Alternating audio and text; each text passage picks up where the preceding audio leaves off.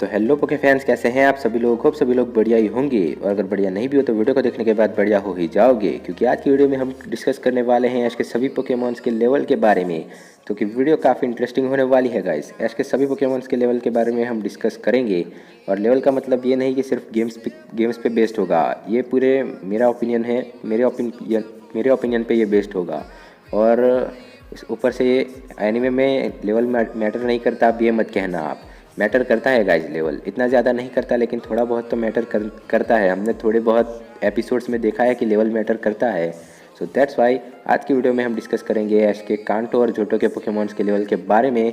उसके बाद होएनसिनो और यूनोवा कैलोस, ऐसे ही कर करके सारे रीजन्स के पोकेमॉन के लेवल के बारे में हम करेंगे यहाँ पे डिस्कस। तो बिना किसी देर किए वीडियो को स्टार्ट करते हैं विद कांटो रीजन के पोकेमॉन। इसका स्टार्टर पोकेमॉन जो कि है पिकाचू पोकेमॉन। पिकाचू पोकेमॉन ऐश का स्टार्टर पोकेमॉन है। कांटो से लेकर गलार तक अभी तक ऐश के साथ है, ऐश के साथ में ट्रैवल करता है, और ऐश के लिए सबसे ज़्यादा बैटल्स भी पिकाचू ने ही फाइट की है। सो दैट्स वाई पिकाचू का लेवल यहाँ पे मेरे हिसाब से होना चाहिए 100, जो कि काफ़ी मतलब कॉमन है यार पिकाचू के लिए। मतलब सबसे ज़्यादा ऐश के लिए पिकाचू ने ही सबसे ज़्यादा बैटल फाइट की है, सबसे ज़्यादा एक्सपीरियंस्ड पोकेमॉन है पिकाचू। तो दैट्स वाई उसका लेवल होना चाहिए यहाँ पे 100। इसके बाद जो इसका पोकेमॉन आता है वो है बटरफ्री पोकेमॉन। बटरफ्री को ऐश ने कैटरपी के फॉर्म में कैच किया था। उसके बाद बहुत जल्दी वो नेटापॉड और फिर बटरफ्री में इवॉल्व हो गया था। सो यहाँ पे उसका लेवल मेरे हिसाब से होना चाहिए 20 या फिर 25 के बीच में, 20 से लेकर 25 के बीच में, क्योंकि ऐश ने बैटल में बटरफ्री का ज़्यादा यूज़ नहीं किया और ऊपर से रिलीज़ भी कर दिया था। तो मेरे हिसाब से 20 से लेकर 25 के बीच में बटरफ्री का लेवल होना चाहिए। सो आगे बढ़ते हैं उसके दूसरे पोकेमॉन के बारे में और दूसरे पोकेमॉन की तरफ। तो दूसरा पोकेमॉन है यहाँ पे पिजियोट पोकेमॉन।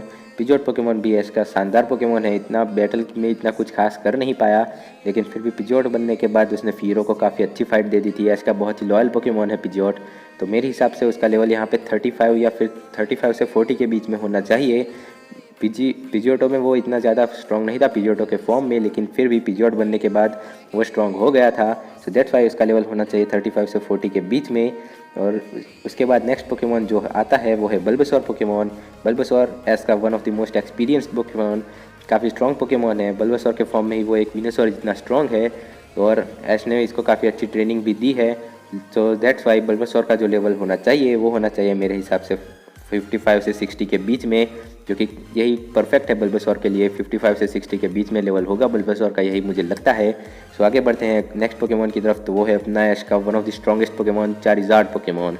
चारिज़ार्ड के बारे में क्या ही बात की जाए, चारिज़ार्ड ऐश का one of the strongest Pokemon है। और ऐश का चारिज़ार्ड ने ऊपर से चारिस्फिक वैली से ट्रेनिंग ली है गाइस, मतलब समझ रहे हो।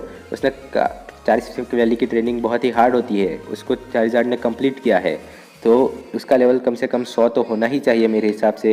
और उसकी ट्रेनिंग कंप्लीट होने के बाद उसने भाई क्या ही कारनामे किए हैं हमको पता है। आयरिस की ड्रैगनाइट को बच्चों की तरह खिला रहा था वो, उस ऊपर से लेजेंडरी पोकेमॉन को भी हरा रखा है। सो दैट्स वाई चार्जर का जो लेवल होगा वो मेरे हिसाब से 100 ही होगा। सो आगे बढ़ते हैं नेक्स्ट पोकेमॉन की तरफ। तो ऐश का नेक्स्ट पोकेमॉन जो आता है आगे वो है स्क्वर्टल। तो स्क्वर्टल का लेवल मेरे हिसाब से बल्बसौर के लेवल के आसपास ही होगा। सो दैट्स वाई स्क्वर्टल का भी जो लेवल होगा वो 55 से 60 के बीच में ही होगा। सो इसके बारे में हम ज़्यादा डिस्कस नहीं करेंगे। स्क्वर्टल अभी भी ट्रेनिंग ले रहा है, तो जब भी स्क्वर्टल का रिटर्न देखने को मिलेगा हमें, तो शायद से वो और भी लेवल अप हुआ देखने को मिल सकता है। सो आगे बढ़ते हैं अभी नेक्स्ट पोकेमॉन की तरफ। तो नेक्स्ट पोकेमॉन है किंगलर पोकेमॉन। किंगलर ऐश का बहुत ही स्ट्रॉन्ग पोकेमॉन है, लेकिन ऐश ने उसको प्रॉपरली ट्रेनिंग दी ही नहीं। किंगलर भाई मतलब एक पिंच हिटर पोकेमॉन है ऐश का।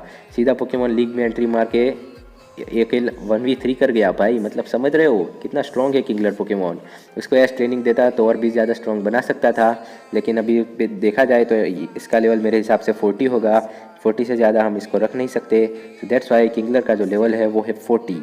उसके बाद आगे बढ़ते हैं। तो नेक्स्ट पोकेमॉन जो आता है वो है मक। मक ज़्यादा ट्रेनिंग में ध्यान नहीं देता, फाइट अच्छी बेलस्प्राउट को हरा दिया था, इसकी मुझे खुशी है, लेकिन ज़्यादा ट्रेनिंग नहीं करता मक। तो दैट्स वाई मक का लेवल जो होगा वो 35 होगा मेरे हिसाब से, 35 टू 38 के बीच में होना चाहिए। तो यही इसके लिए बेस्ट होगा। आगे बढ़ते हैं नेक्स्ट पोकेमॉन की तरफ। तो नेक्स्ट पोकेमॉन है ऐश का प्राइमेप। प्राइमेप ऐश का एक स्ट्रॉन्ग पोकेमॉन है, उसमें फाइटिंग स्पिरिट है।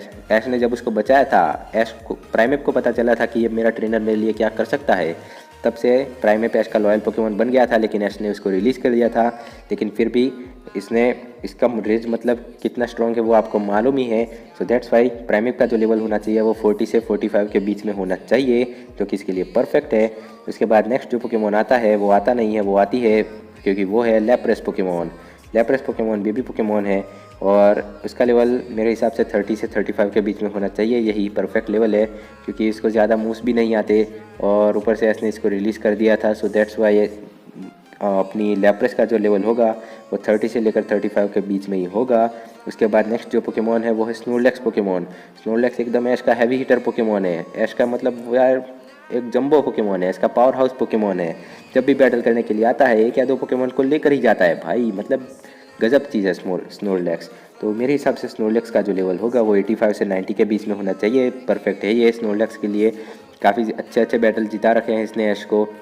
दैट्स वाई स्नोरलैक्स का जो लेवल है वो है 85 से लेकर 90 के बीच में। उसके बाद नेक्स्ट जो पोकेमॉन है वो है बेलीफ पोकेमॉन। बेलीफ पोकेमॉन जोटो रीजन का पोकेमॉन है। ऐश का बेलीफ जोटो के स्टार्टर्स का one of the evolve form है बेलीफ पोकेमॉन। और बेलीफ पोकेमॉन का जो लेवल है वो मेरे हिसाब से 45 से 50 के बीच में होना चाहिए।